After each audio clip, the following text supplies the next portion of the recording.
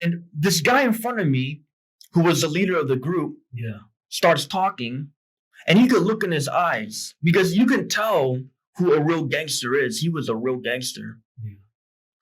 And he pulls out a machete that he had in his pants, okay? And he's holding it. And he starts pointing it at us. And he's really upset.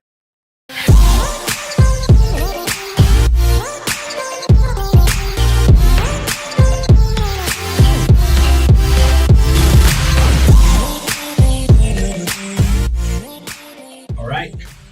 Choby Siau? You got it. That's how it is? That's it, Siau. You got it. All right, bro. I'm going to start off with a quick icebreaker real quick. If you could have a conversation or have dinner with somebody, anybody in the world, whether it's animated, real, dead, or alive, who would it be and why? I would say probably my grandpa. Yeah? We call him my akong in Asia. Akong? Akong, yeah. Akong. That's awesome. Yeah. Yeah. Because we always know him like a legend in our family. But he died when we were really young. You know, but he was a grandmaster in Kung Fu. He had a school. No way. Yeah, in Malaysia. And so we heard stories from my aunts and all that about like real combat and stuff like that with other masters. You know, so I would just love to sit down and be like, yo, tell me, you know, situations and all this. But you know, and he was pretty heroic also. Yeah. We know him for, during World War II. Also, he was in World War II, but he would save, Chinese people on death row that were about to get executed from Japanese. What? And he would gamble with the Japanese. And if he would win, he would get them off death row. So we would hear all kind of stories like that. Yeah. Bro, my grandpa was a trucker. Hey, man, you know what? Yeah. So we would. I would like to talk to him. That's awesome. Yeah. That's what's up. Yeah. Dude. So I've heard a little bit about your story. Yeah. And then I was going to watch, because you have a YouTube video with you telling your testimony. And I was gonna watch it, but I stopped myself because I'm like, I want to get it all like fresh when we sit down and chat. So, from what I hear, you run the Asian Mafia. Yes. So what exactly does that mean? Because Mafia to me, all I'm thinking is like in the movies. You know what I'm saying? Like I don't know if it's anything like that. Yeah. Well, the movies are based off the real thing. Oh, okay. In the movies don't got nothing on. In my opinion, when you're in the Chinese we're in the Chinese Mafia, right? We call it Chinese Triad. Oh, yeah, the Chinese Triad. That's the way, you got the Japanese, which are Yakuza, right? Yeah. And then you got the cartel, that's Mexican or South American or whatnot. Yeah. Well, the Chinese, we call it the Chinese Triad. They've been around for long time. So the Triads is kind of like the cartel, level-wise? Structure-wise, if you think of a triangle, you have your head boss. And triads is it's a general term for the structure of a Chinese organized crime group or a secret society. Got it. Yeah. Okay. And what would you? It sounds weird, but what'd you do with them or? Yeah. So So basically, my group, we were the fighting group. We were the reinforcement. Right? Because in the Chinese Triad, you got the main boss. The main boss has a right-hand man. Yeah. Has a left-hand man. Left-hand man's going to take care of the different financial departments. Yeah. The right-hand man's going to take care of more of the fighting and different things like that. Yeah. So I fall under that bracket. So I was also a right-hand man of my boss. So there's different sub-branches. It's very organized. There's a lot of levels. So, like, your boss could have been the right-hand man to, like, somebody else. And then yes. When our biggest boss got a problem, he called my boss. My boss calls us. And there was five of us on the same rank. And then all of us, we have our sub-branch. I was a branch leader. So you were...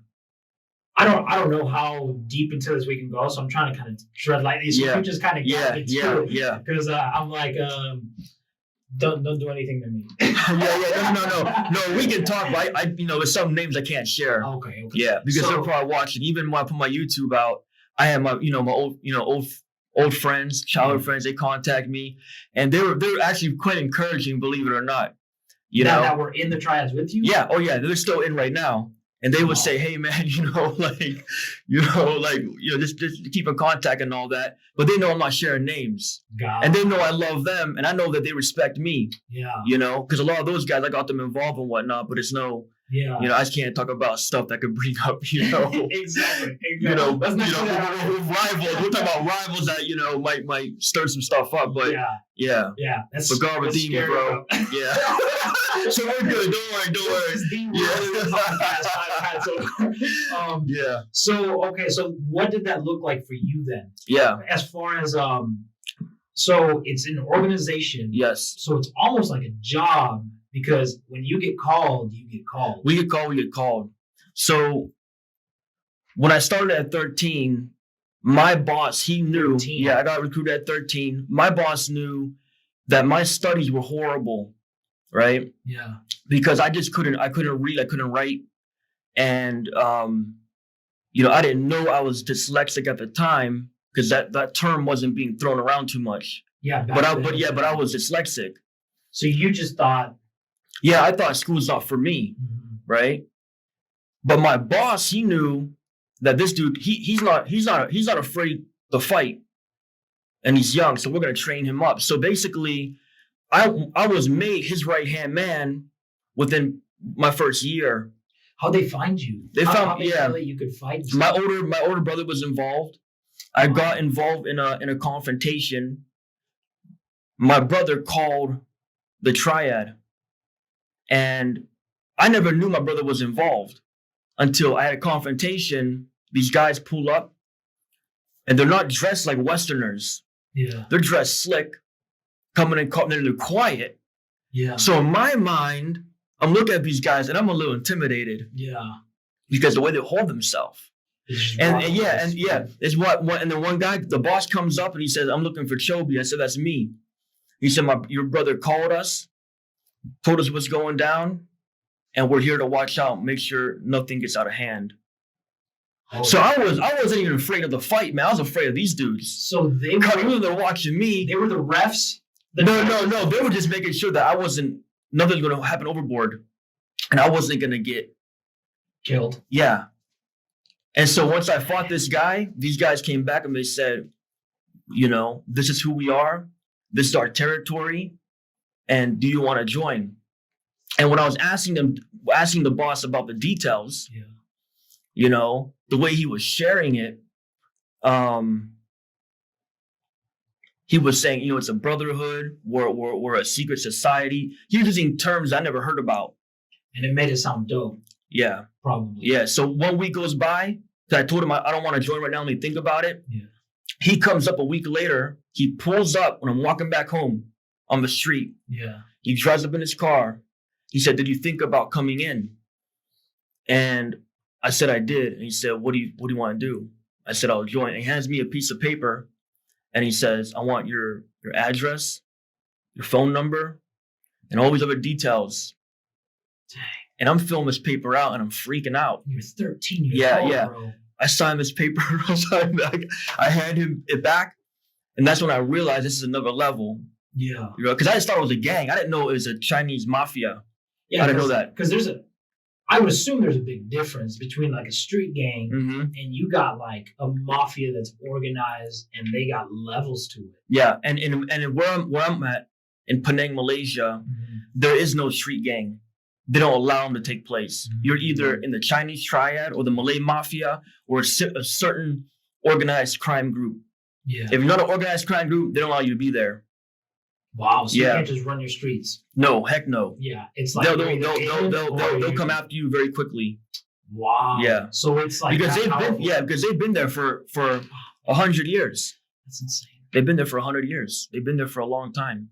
So that's their area. Dang. Okay, so at 13, then they got you to join. What made you make that decision? It's funny, dude. Our GM tells us all the time, he's like, don't make assumptions. Don't make assumptions. And I always say, like, I'm assuming. And then he's like, I thought we don't make assumptions. I'm like, dude, I'm trying. So I was about to say, I'm assuming. And that's why that thought came in my head. But so I'm assuming that because of the dyslexia and not being able to like do well in school, Yeah. it probably caused issues in school. And then probably like, did it cause issues like internally? Like, dude, am I not like this, or bullying, or people picking on you? And then that's what made you go to that? Yeah. Because before Malaysia, I moved to New Zealand. And I was only there very short. Mm-hmm. And when I was in New Zealand, we went to a place called Mangere, South Auckland. It's a hard place, you know? Yeah. Auckland? That's not Oakland? Yeah. No, not Oakland. No, Auckland. Yeah. No, Auckland. Yeah, Auckland. Auckland, New Zealand, man. And I went to this public school. And because I'm Asian, I mean, I never knew racism or nothing. But when first day I walk in there, they were calling me chink, gook, spick. And I didn't even know those words. I didn't even know what they meant. Yeah. You know, so I had this dude explain to me what it actually meant. But what that did is that really wrecked me. Yeah. Right. And these dudes were physical. Mm-hmm. You know, I there's gangs and all that. I'm learning about this. Yeah. My younger brother's getting beat up. And because my younger brother's getting beat up, I had to intervene. Yeah. Jesse, yeah, Jesse. So he's getting beat up. I'm intervening. And the first time I had a fight to protect him, people started to keep quiet. And I thought to myself, you know, I got some kind of control here. With violence. Yeah, with violence. And because I always felt like I couldn't speak, I was never good in school. I felt like I had no place. But this right here, for the first time, I felt like, man, I'm getting some kind of attention. Yeah. Right? And I learned violence from my father. Yeah. Because my father was a violent man. Yeah. Until I was about 13 and God changed his life. Mm-hmm. But before that, by that time it's too late. By that time it's too late. We've already picked it up. Yeah. So fast forward back in Malaysia, right? Mm-hmm. I'm dealing with all this trauma that I was almost fighting almost every single day. Yeah. In New Zealand, and here I'm at. And so anyone that's trying to do anything, I'm ready to rock and roll. Yeah. Right. So when I got recruited into this, I felt like I can function. I got a place. I got a future, because they're telling me we got this business. We're loan sharks. We got prostitution. We got this huge ecstasy ring we're bringing from Thailand. I'm here now. I'm getting a vision. I'm getting a huge vision. You're seeing money signs. Yeah, I'm seeing money. I'm seeing purpose. And not only that, these guys have a lot of power. Yeah. When I say power, I mean like, you know, if cops get called, they make a phone call and the cops are saying, okay, you do your thing. Bro, that's like Mexico. Yeah. It's like that. Or you go to the hottest club. Mm-hmm. Right, the hottest club. I'm talking about, it's booming. Everyone's going there. Yeah. Right. You got a line of 100 people. We walk right to the front, and the bouncers say, "Oh, we're the same organized crime group. You come on in." The bouncers are your people. So anything that goes. Yeah, and you're getting bottles. So you feel this power and excitement. You feel like you're somebody. Wow. You feel like you're somebody, but at the same time, you don't have that longing. Yeah. You want purpose. Yeah. And you think when you reach a certain level, because my goal was I want to reach to someone to call me a Thai Lo, which means you're a boss. Yeah. You wanted to be the dude in the suit. Yeah, you want to be the guy that people are calling you up, that you're making things happen. And when I got to that area, right, at 16, 17 years old, I'm already leading 30, 40 people. At 16, 17. And the guys that were in my rank, they're older than me. But because I got kicked out of school at 13, you were able to grind. Yeah, exactly. Dang. Okay, so you got up to that level. What made you want to like stay in it? Or how long did you stay in it, first of all? Yeah, 4 years. Okay. 4 years. So what age were you when you got out finally? 18. 18? What made you want to get out? The Lord, man. Jesus Christ changed my life. Cool. He changed my life. So basically at this point, right, I'm hooked on everything, bro. Yeah. Everything you could think about, I was just soaking it in. Yeah. Right? Yeah. I had so much fear in my life at the same time. Even though you're walking around, you're the boss. Yeah. Right? Under my pillow, I got a kitchen knife. Yeah. I was sleeping with a kitchen knife under my pillow. Because I thought of myself, it's going to be a matter of time before someone's going to meet me at my house. Yeah. So I got a lot of fear going on, but at the same time, you're one that you're putting fear on people Because the more fear you give to somebody, the more control you have. Or you feel. Right, or you feel. Yeah. But at the same time, though, it's coming back to you. Bro, you know? That's so funny. That's like this. What you sow is what you harvest. That's it. You were sowing fear. Yep. And you were reaping it too at the same time. Yes, you're reaping it. You know, and obviously the older you get, and because you're part of the fighting branch, bro. Yeah. You know, you gotta be ready to go after somebody. Yeah. And the thing is, because at that time, okay, at that time, the organized crime group I'm with, we were the most notorious. You have over 20 organized crime groups in my city. Yeah. Right? There's only over 1 million people. And we were number one. Wow. They knew if they mess up our group, we're not gonna talk. Yeah. Weapons are coming out, bro, and you're gonna feel it. Yeah. And that's a scary thing about the gangs, because you know, as a gangster, you gotta be top. Yeah. If you're not top, right, everything else gets affected. Yep. The business, they're not gonna respect you. Yeah. They think they'll get away with things, but you gotta enforce it in the way you do it. Yeah. Right, in your organized crime group, is you gotta put your money where the mouth is, man. So and the action, you know. That's really interesting, because you were probably called to handle issues that weren't even your issue. Of course. And how was that for you? Obviously, like yeah. Okay, I'll tell you a story. Yeah. I'm gonna leave names out of this though. Yeah. Okay. Yeah, please. So 13 years old, right? 13 years old.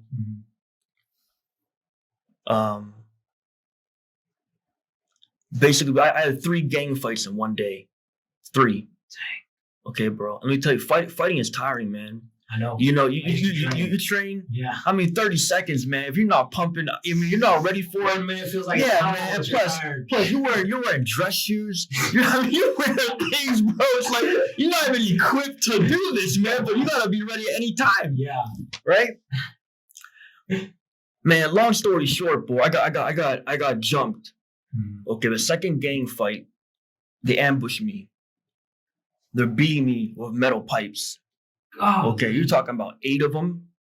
I got metal pipes coming down on me. I'm on the floor. Bro. All I'm trying to do is protect my face. Yeah. Right? They're going at it. Chairs are flying on me. Okay? Wow. Yeah, bro. Thought I was gonna die. Yeah. I end up escaping. And I call my boss up. Right? My boss is always telling me, something happens to you, you're gonna watch what I do. Because he wanted me to know he had my back, because I was building up the subgroup. Okay, I was recruiting and I was training them, so I was very valuable to him. So he was almost like a father figure. Yeah, big time. Yeah, he was, man. He trained me, he groomed me into the Chinese Triad. He taught me what to do, who's who, the network, shake hands with this person, right? Yeah. After I got jumped, I called him, and when he came down, bro, right? It wasn't his problem, but he was being an example to me. Yeah. When he came down, they're coming out of samurai stores, right? And then, I had to leave the country for a few months. Yeah. Because people got in trouble, Yeah. I come back. So that example for me was that if someone got a problem and if I get a phone call, this is what I got to do. God. I got to be ready to do that extent. Yeah. Right? But when you do that, your life is at risk. You reap what you sow. So in the back of my mind, the fear part, right? My mom would go under my bed, bro, and pull out a duffel bag. Yeah. Metal pipes in it. She'd find money. And she would ask me, what is all this stuff? Yeah. And I would tell her, this is the life I am. And I would say, I'm a triad for life. I would say I'm in it to the end, And imagine, man, I would have gang meetings inside my house. Dang, dude. Imagine my parents, bro, and they're people of the Lord. So one day, at this point, they're walking with the Lord. My parents are walking. My dad at that point, right? Like I said, 13 years old, he was the hardest man I knew. God changed his life.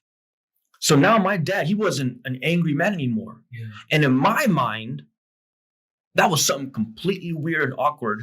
Because now my dad, he's trying to spend time with me. And I'm like, yeah, man. I'm like, man, I don't know what's going on here. Yeah, like, it's cool and all. Yeah. This is weird. Yeah, I don't know, Yeah. I don't know what this is about. Yeah. But what happened is love is the most powerful thing. Yeah.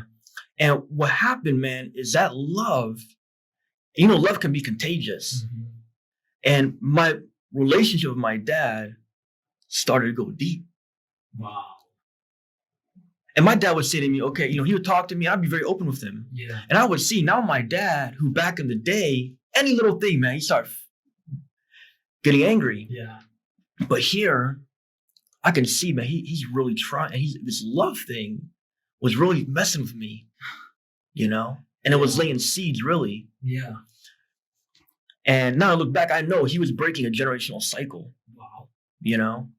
That was the first part of it. Yeah. And at that moment, I thought to myself, this is the first time I've ever seen God change anybody's life, was my own dad. Yeah. It's like firsthand experience. Firsthand experience. Because I was raised in the church, and people talking about God's real, God loves you. I didn't know what that meant. Yeah. I never knew what love was because I never saw it in my home. Wow. But now, my dad, who I used to be terrified of, I'm starting to see the love of God through this man. Dang, dude. Yeah. And that started the next chapter. Yeah. Started the next chapter in my life. And so when you decided finally to get out, what was it that pushed you out? Because this pushed you in. What pushed you out? Okay. So basically my mom says to us, the Lord told me, and we're in Malaysia, she said, the Lord told me, if our family does not leave Malaysia, you're going to die and you'll be in the gutter. Dang. And she was serious. She said, I'm buying plane tickets. I'm packing my suitcases. With or without the family, I'm leaving. Yeah. And my mom, she's very sensitive to the Holy Spirit. Yeah. And no joke, she packed her suitcase, she left. And then we all ended up going. And actually, I didn't want to go. But what happened was, I could not stand the fact to know my dad was going to go back to America. Yeah. And he wasn't worried about me. So because of that, I said, okay, I'm going to go back to America for a little while. Yeah. Just for my dad's sake. Yeah. You see what was happening here? Yeah. You started caring, bro. And I come back to the States and everything was different for me here. Mm-hmm. Because now I'm in Pittsburgh. I don't have my organized crime group. Yeah. Okay, I'm just they call me FOB, bro. You're a fob. You're fresh off the boat. Yeah. Like I'm coming from a place where I had power. Yeah. Or what I thought was power. Yeah. To America, So, and I mean, I ended up, in a psych ward for a month. They locked me up, bro. Spit cup. When the police came after me, man. Dang. And I was here for about only 1 month in America.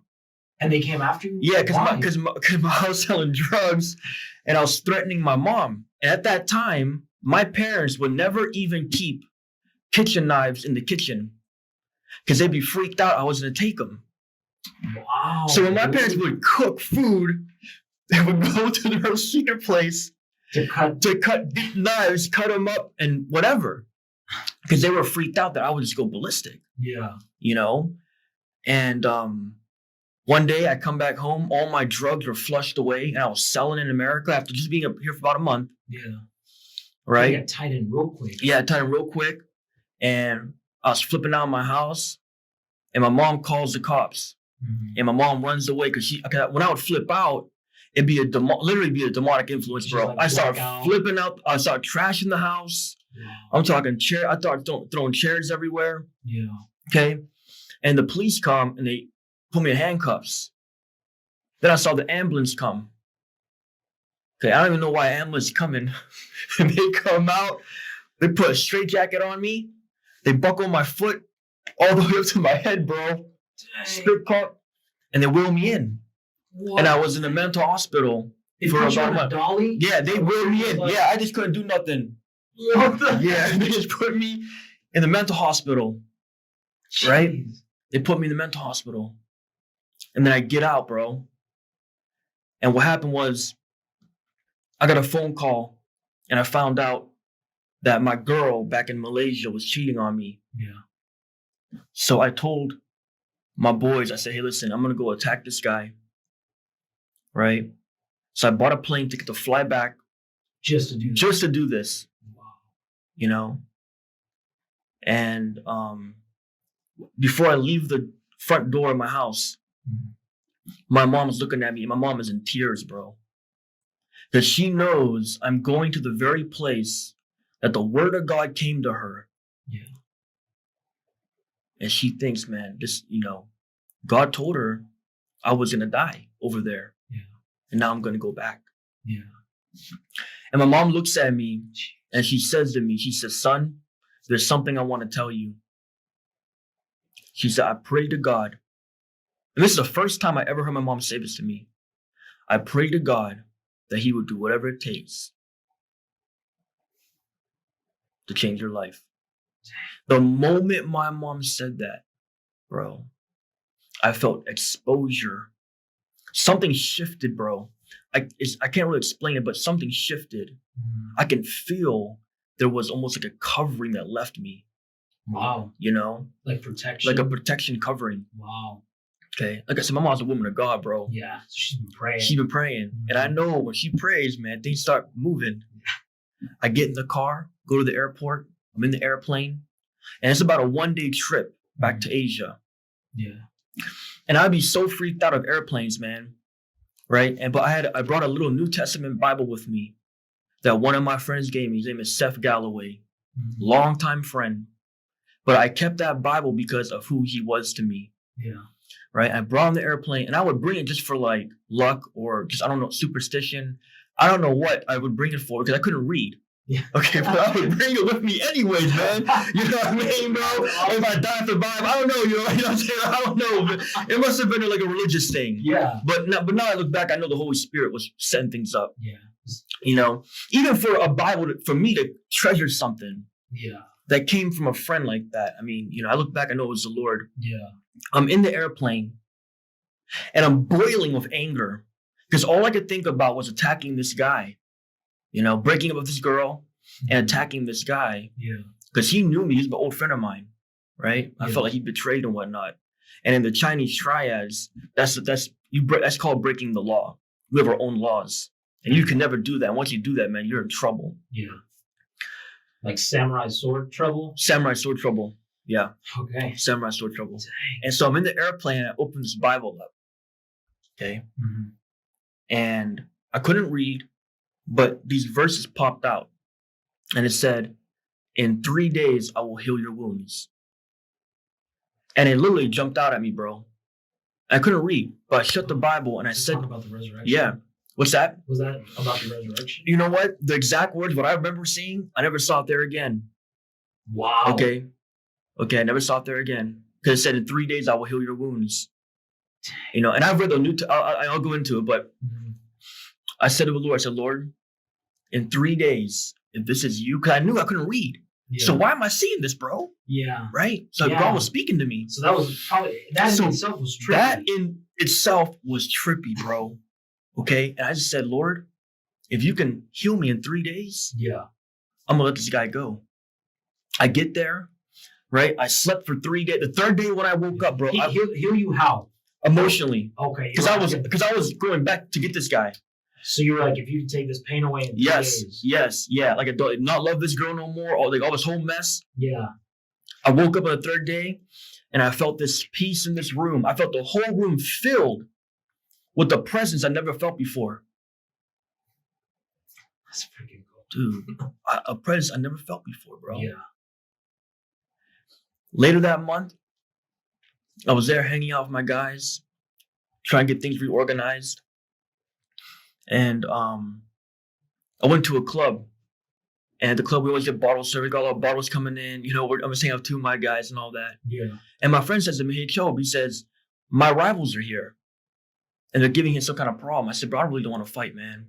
Yeah. I just want to chill. Dang. I just want to chill. Probably new for you. Yeah, because you know what, man? Because here's the thing. Here I am. I'm almost 18. I've been fighting my whole entire life. Yeah. So I'm like, man, let's just not fight right now. He said, okay.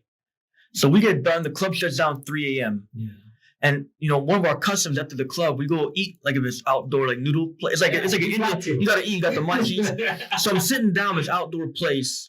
And there's plastic tables all around, and this car pulls up, and that rival Mafia, the same one in the club, sits right next to us, bro. Dang. And my friend says, "Yo, look at this." I said, "Okay, let's go." We start fighting. Beat up a guy. One of the guys really bad, man. He got hurt. Okay, we fight, whatever, we're done. The next day I get a phone call. Okay. And there was an area that we took over. Okay. You said, what did you do? One thing that we did is we took over territory.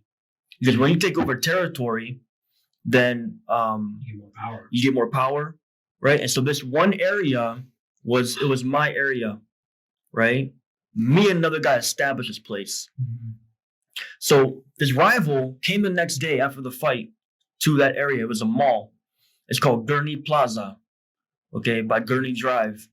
So these people from Malaysia, they know. And this gang was there. And I came with two of my friends.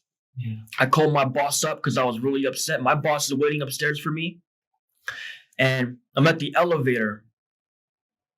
And these guys right here, I don't know a lot of these guys because they're my other friends' rivals. But me and my friend, we're in the same triad. Yeah. But we got our own things going on. Yeah. So as I'm standing at the elevator to meet my boss upstairs, and when my boss is at the area, you got to go submit to him. Mm-hmm. Okay. And I'm waiting there. I'm at the first floor. Guys start walking around me.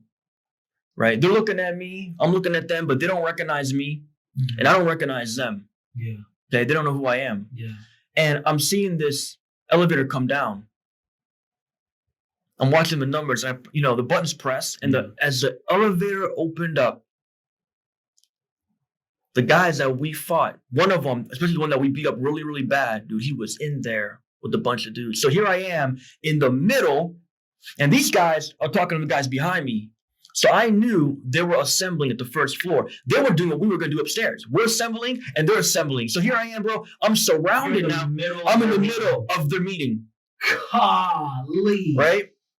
These dudes walk out. And the guy that we beat up really bad, yeah. As he was coming out, we were walking in the elevator. We got nowhere to go. We thought go in the elevator, maybe everything. I don't know, man. This is mad confusing, bro. Right? And the guy turns around and looks at us, and he was confused. He was as shocked as us. Yeah. And they start shouting in Chinese. Okay. During that time, okay, here's the thing. I've been a gangster my whole life. Yeah. Gang situations, right, mm-hmm. is what I do back then. Yeah. Is what I did. Yeah. But at this moment, when I'm in the elevator, they put their foot in the elevator, so it's not shutting. The door's not shutting. I can feel the spirit of death. I've never, ever, ever felt a spirit of death. So how's that different from like when you were 13? You're like, oh shoot, I'm about to die. Yeah. Here it felt even more intense. This felt so intense. Something inside told me that I'm going to go to hell. Damn. And nothing even started cracking yet. Yeah. I'm just in the elevator and I'm picking some presents up, dude. Yeah. And this guy in front of me, who was the leader of the group, starts talking, and you could look in his eyes because you can tell who a real gangster is. He was a real gangster. Yeah. And he pulls out a machete that he had in his pants. Okay, and he's holding it, and he starts pointing it at us, and he's really upset. And I know why they didn't come to talk. Yeah, they did not come to my area, bro, to talk with me. Mm-hmm. They're coming to handle business. Mm-hmm. They're coming to retaliate. So I'm putting the two and two together. Dude, the spirit of death. Now this guy after that is holding the machete. I'm thinking, dude, I'm done. Yeah, and I'm thinking, I'm going to go to hell because I don't know who Jesus is. Wow.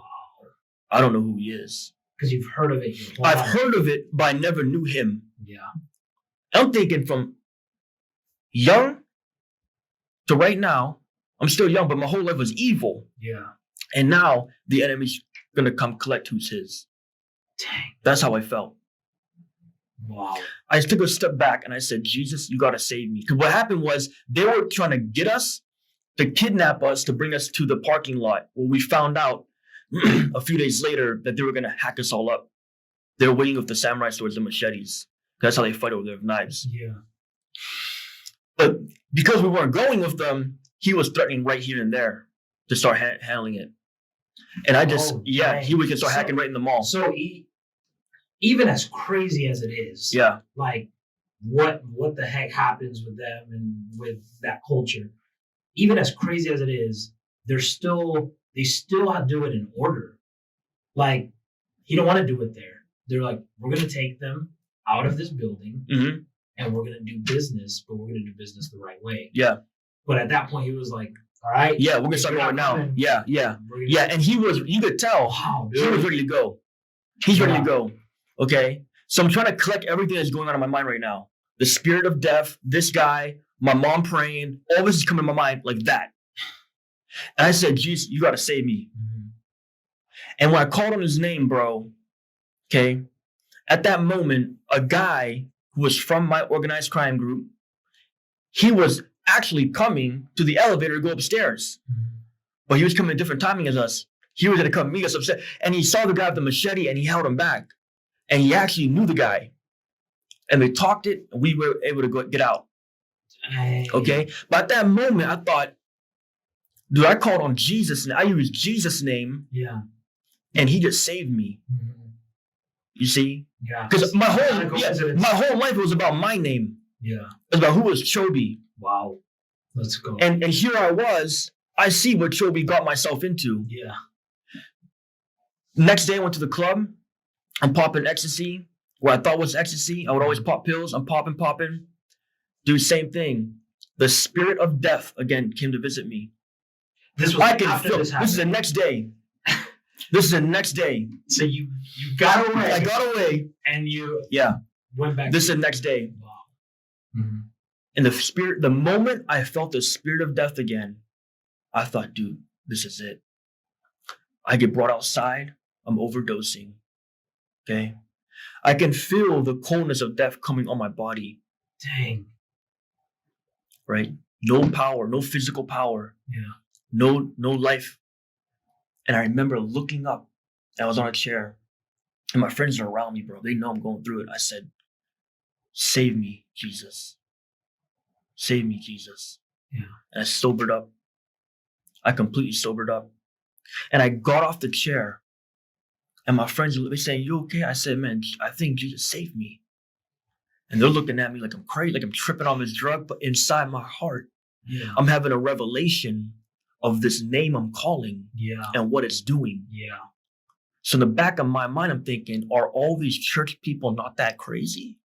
Or am I the crazy one? Because I'm on the flip side. Wow. You see what I mean? Mm-hmm. 2 days later, my right-hand man who would take care of my stuff when I was in America, I'm still in Malaysia though, he came to pick me up in a car. As he's coming to pick me up, it's at nighttime. I heard a voice, and the voice said, put your seatbelt on. And I had never put my seatbelt on in Malaysia. We're third world country, bro. You don't do anything. I don't put my seatbelt on here. You know what I'm saying? Bro. Right. So I'm like, man, but you know what, bro? I'm going through so much crazy stuff in the span of the last few days. Yeah, that you're like, I put it on. And when I put it on, my boy, okay, he said to me, because he knows I don't ride like that. Yeah. And in Asia, you sit on the right hand. Mm-hmm. We sit on the left hand, how we drive. They drive on the right hand. Yeah. That's how we drive. He says to me, Choby, you don't trust my driving? And I said, no, put your seatbelt on. And he did. He put a seatbelt on. And then we went down. He was going fast. And we had another car in front of us. But they put their brake on. And the moment they put their brake on, my friend started to fishtail. So now I'm thinking about everything. When they say your life flashed before your eyes, literally. I really think it's, I don't know if it's part of God's judgment or what is it show you your life. Yeah. But it flashed before my eyes. And I thought to myself, we were going so fast. no matter what. I don't care what we hit. We hit a wall, bro, we're dead. Yeah. I knew the impact was going to annihilate us, dude. So the car was going straight, and because he turned, we went like a 90-degree angle. Yeah.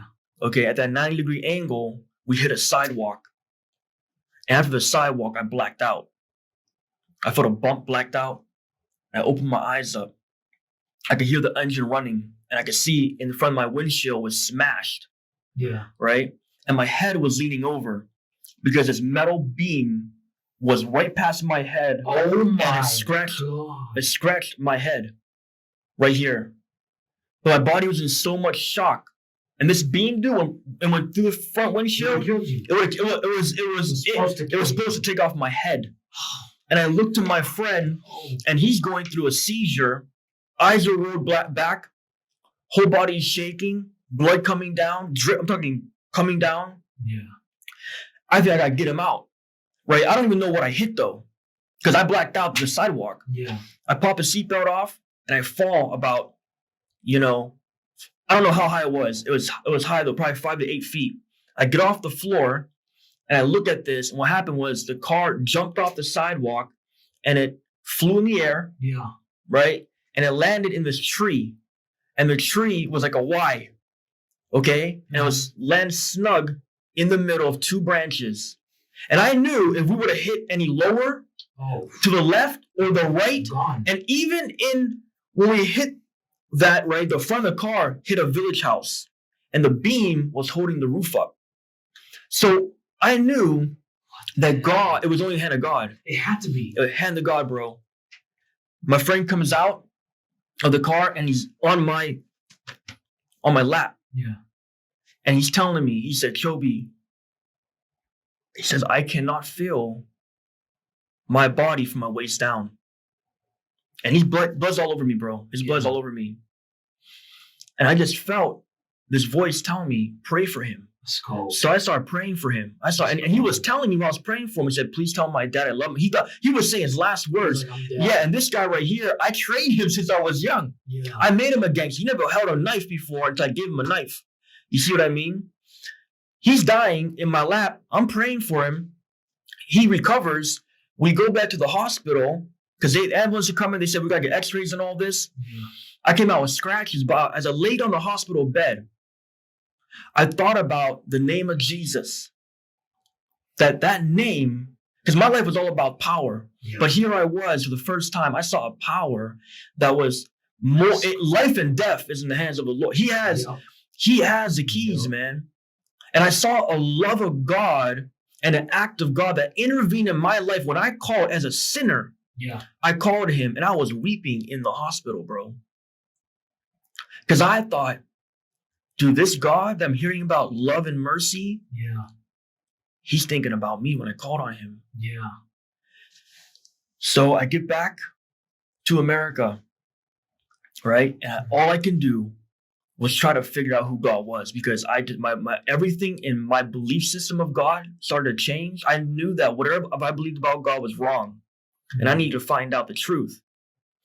So I remember going in my house, taking that little Bible I had, and I couldn't read, man, but I was hungry. You know what I mean? I couldn't read, but I needed to read because I thought this is the book of life here. I know this is the truth, and I can't even read it because I'm dyslexic. Yeah. So I remember getting on my knees and I say, God, I need you to heal my mind. I need you to heal my mind. Yeah. And I started opening the Bible up, and I would feel this heat come on my head. I would feel this heat come on my head. Yeah. And the Lord started healing my mind. And I started to read. What? I read so much that in my first 10 months the first 6 months of walking of God, or the New Testament 7 times. God. And I was writing it and putting it on my wall because I knew this mind was so warped because of blood. It was so warped because of girls. It was so warped because I was, all the drug abuse, all the everything. I mean, my whole body was just abused. My mind, emotions was just abused. I was like the scum of the earth. Yeah. But I would read this and I would start to feel life. Yeah. Life would come. And 6 months into it, the Lord started speaking to me about flying back and quitting. Mm-hmm. And I would battle because I wasn't sure, am I hearing God's voice? Yeah. Is this my voice? I don't know what's going on. So you were still in Malaysia? No, I was back in the States. Okay. After the car accident, I went back to the States, and I'm just trying to figure out how to live life, bro. Like, so you're a man of God / triad leader. Yeah. So here, man, I'm trying to figure out. I'm trying to figure out. Yeah. Is the triad even real? But as the Holy Spirit is revealing His word to me, I'm starting to see things that used to be okay. I mean, not only okay, I was an advocate for, but now I'm seeing it as sin. Well, that's a Paul. That's a Paul. Yeah, bro. Right there. Yeah, I'm seeing it as sin.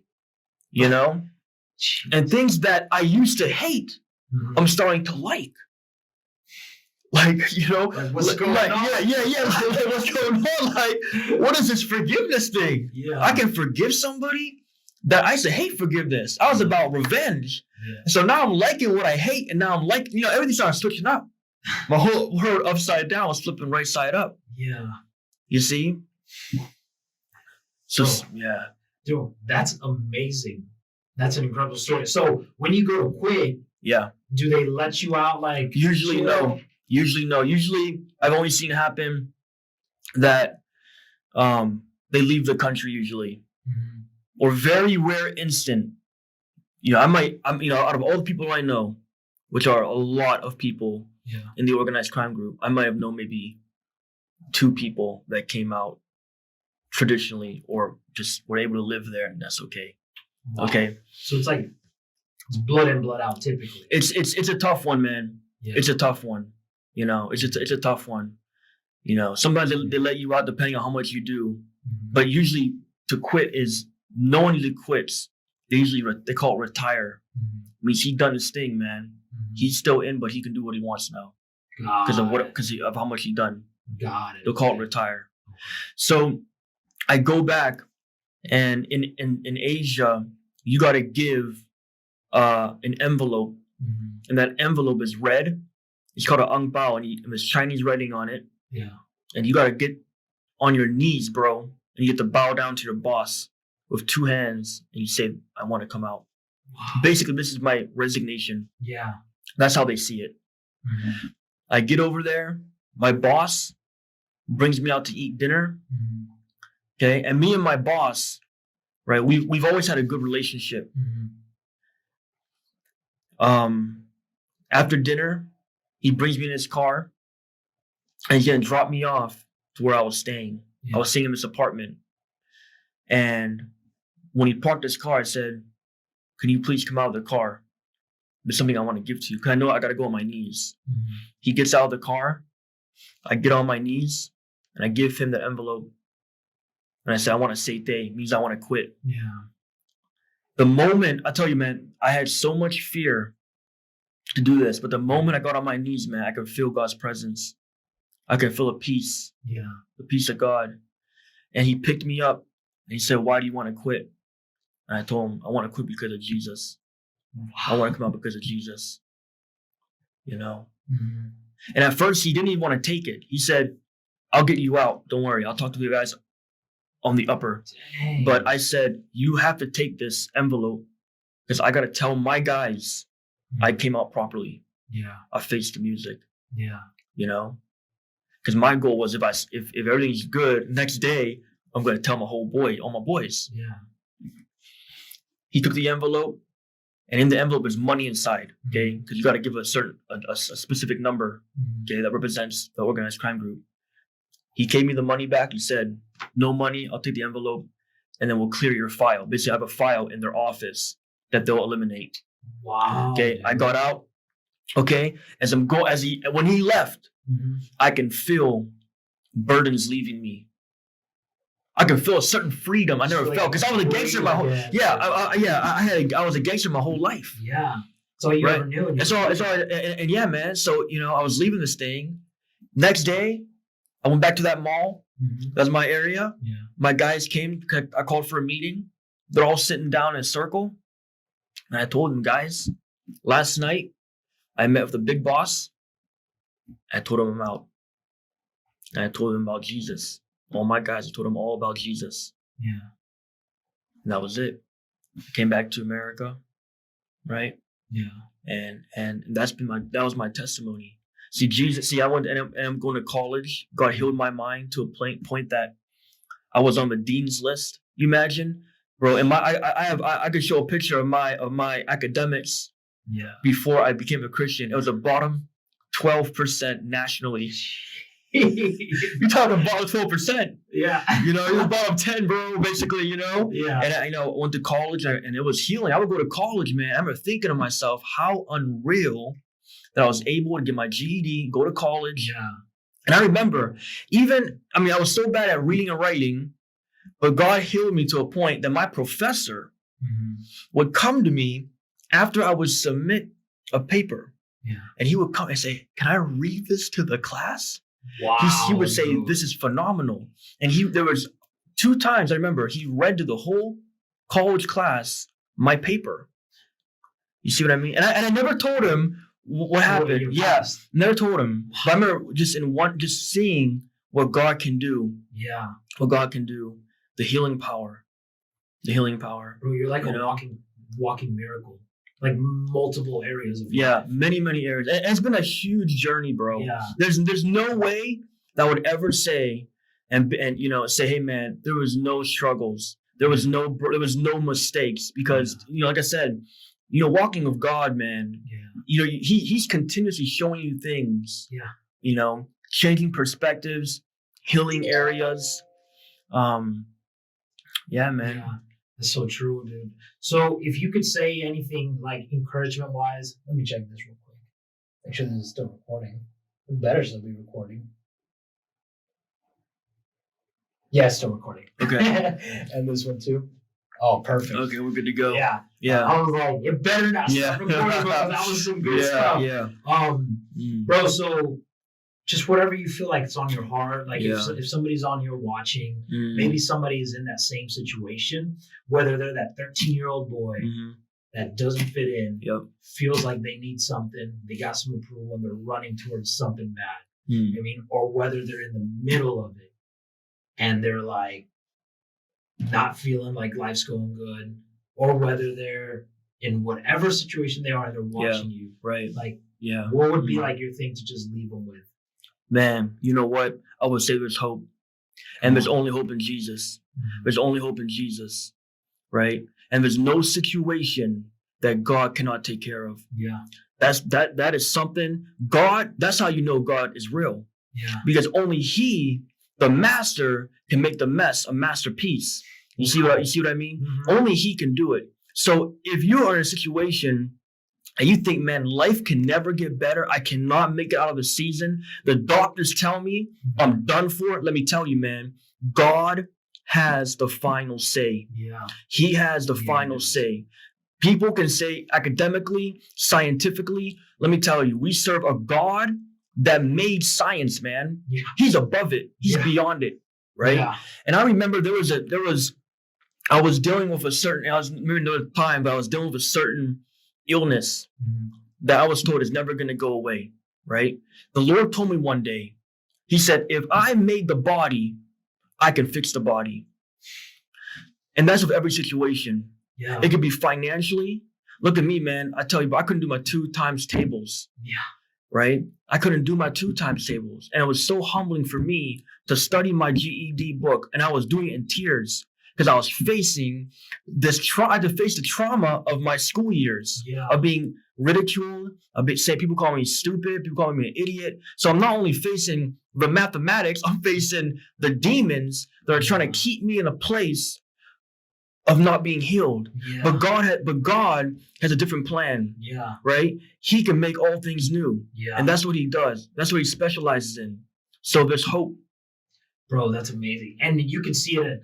I mean, everyone just heard it. Literally in your life, He did what education couldn't do in years. He did it in a short time. That's right. Instantly. Yes. He did it. He did it so quickly. It was, everything's a miracle. The whole thing's a miracle, right? Yeah. The whole thing's a miracle. Yeah. Bro, I think that's it. Yeah. I think that's it. How do you feel about it? I feel great, man. Feel good? Yeah. Dude, thank you so much for sharing. Man, bro. amen. Thank you so much. Thank you, Father. Thank you, Father.